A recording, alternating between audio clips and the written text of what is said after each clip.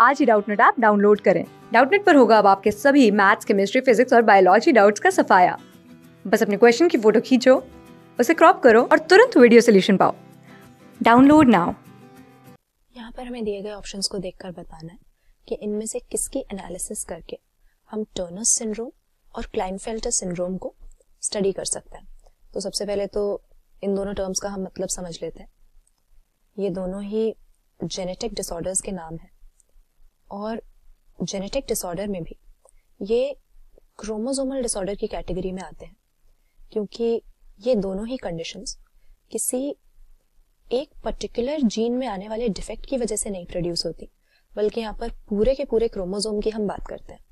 तो होता क्या है कि अगर हम एक नॉर्मल पर्सन की बात करें जिसको कोई जेनेटिक डिसऑर्डर नहीं है, तो नॉर्मल बॉडी सेल्स में, सोमैटिक सेल्स में हमें डिप्लॉइड कंडीशन मिलती है।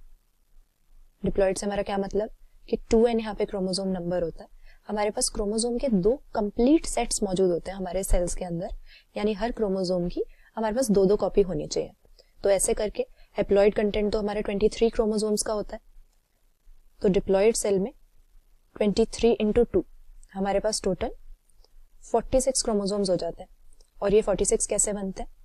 इसमें से 44 तो हमारे ऑटोसोम्स होते हैं और बाकी दोनों होते हैं सेक्स क्रोमोसोम्स, जो कि अगर हम ह्यूमन बीइंग्स में सेक्स डिटर्मिनेशन का मैकेनिज्म देखें तो मेल और फीमेल में दोनों अलग अलग हमें देखने को मिलेंगे।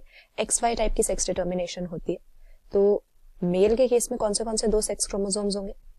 एक X होगा और एक Y होगा, जबकि फीमेल के पास दोनों X क्रोमोसोम्स होते हैं। तो ये दोनों जो डिसऑर्डर्स के हमें नाम दिए हुए हैं, ये असल में इन्हीं सेक्स क्रोमोसोम्स के साथ रिलेटेड है। क्रोमोसोमल डिसऑर्डर हम तब बोलते हैं जब ये नॉर्मल सेल के अंदर जो 46 क्रोमोसोम हमें मिलने चाहिए, ये ना मिलके हमें कोई एक ज्यादा या कोई एक कम मिलता है। तो टर्नर सिंड्रोम में तो हम देखते हैं कि कभी कभी किसी फीमेल में 44 ऑटोसोम्स तो बराबर होते हैं, लेकिन 2 X क्रोमोसोम होने के बजाय XO कंडीशन हो जाती है। X क्रोमोसोम खाली एक ही होता है। तो इस तरह की फीमेल्स को हम कहते हैं कि टर्नर सिंड्रोम से सफर कर रही हैं। और क्लाइनफेल्टर सिंड्रोम में हम देखते हैं अगेन 44 ऑटोसोम्स में तो कोई गड़बड़ी नहीं है, लेकिन X क्रोमोसोम एक एक्स्ट्रा होता है। तो XY की बजाय XXY कंडीशन क्रिएट हो जाती है। तो यहाँ पे हो क्या रहा है? टर्नर सिंड्रोम के केस में तो क्योंकि एक X क्रोमोसोम घट गया तो 46 के बदले 45 ही रह गए, जबकि क्लाइनफेल्टर सिंड्रोम में एक यहाँ पे फालतू X क्रोमोसोम आ गया, इसीलिए बढ़ के 47 हो गए। इसीलिए क्रोमोसोमल डिसऑर्डर इनको हम बोलते हैं। और इनको अगर हमें स्टडी करना है तो क्या चीज हमें देखनी पड़ेगी? सबसे पहले कह रहे हैं फिनोटाइप। अब फिनोटाइप अगर हम देखते हैं तो मतलब यहाँ पे हम वो ट्रेट्स देख पाएंगे जो कि एक्सप्रेस हो रहे हैं। अब ये जो दोनों डिसऑर्डर्स हैं, आइए देखते हैं कि किस तरह के ट्रेट्स हमें इनमें देखने को मिलते हैं।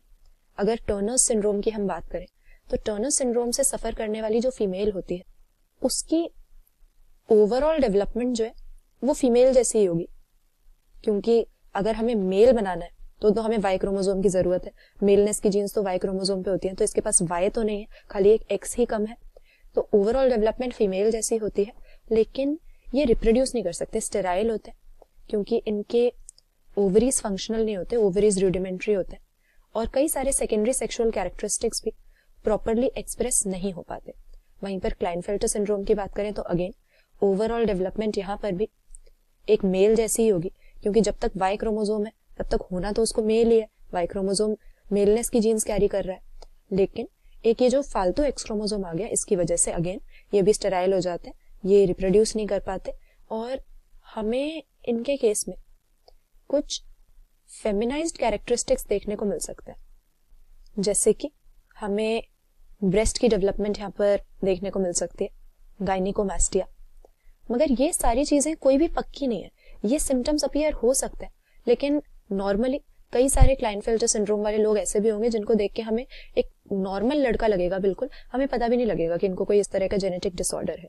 तो यहाँ पर फिनोटाइप अगर हम देखें, हमें टर्नर सिंड्रोम में क्या देखने को मिल रहा है? ओवरऑल बिल्कुल फीमेल जैसी नजर आ रही है, बस ओवरीज फंक्शनल नहीं है, रिप्रोड्यूस नहीं कर पा रही। तो अब इससे तो कोई पक्का नहीं है कि इसको टर्नर सिंड्रोम ही है। बिना टर्नर सिंड्रोम वाली भी नॉर्मल जो क्रोमोसोम नंबर वाली फीमेल्स होती हैं, कई बार वो भी रिप्रोड्यूस नहीं कर पाती, फर्टिलिटी में प्रॉब्लम आ गई, तो जरूरी तो नहीं है टर्नर सिंड्रोम की वजह से ही है। उसी तरीके से अगर यहाँ हम क्लाइनफेल्टर सिंड्रोम के सिम्टम देखते हैं सपोज गायनेकोमैस्टिया है, तो ये भी कई और रीजंस की वजह से हो सकता है, इससे तो कोई पक्का नहीं हो जाता कि क्लाइनफेल्टर सिंड्रोम ही है। गायनेकोमैस्टिया भी कई हार्मोनल इम्बैलेंसेस की वजह से, दूसरे कई फैक्टर्स की वजह से हो सकता है। तो इसीलिए खाली इसके सिम्टम्स देख के हम पक्का नहीं बता सकते कि यही जेनेटिक डिसऑर्डर है जिसकी वजह से ये ट्रेट्स एक्सप्रेस हो रहे हैं। तो फिनोटाइप देख के हम इन्हें स्टडी नहीं कर पाएंगे। इसके बाद जीनोटाइप जो दिया हुआ है, ये अगेन यहाँ पर हम देखते हैं कि किस तरह की जीन्स ये कैरी कर रहा है, लेकिन ये तो कोई डिफेक्टिव जीन यहाँ पर कैरी नहीं कर रहा, कोई किसी जीन में इसके कोई एबनॉर्मेलिटी नहीं है। तो जीनोटाइप देख के भी हमें कोई फायदा नहीं होगा, क्योंकि अगर ये मेंडेलियन डिसऑर्डर होता तब तो हम इसका जीनोटाइप देखते, मगर यहाँ पे क्रोमोजोमल डिसऑर्डर है, पूरा का पूरा या तो क्रोमोजोम गायब है या एक्स्ट्रा है, तो जीनोटाइप देखने भी फायदा नहीं है। यहाँ पर ऑप्शन सी हमारा सही आंसर हो जाएगा। कैरियोटाइप जब हम देखेंगे कि क्रोमोजोम कितने हैं, तब हमें पता लगेगा इस तरह के जेनेटिक डिसऑर्डर्स के बारे में।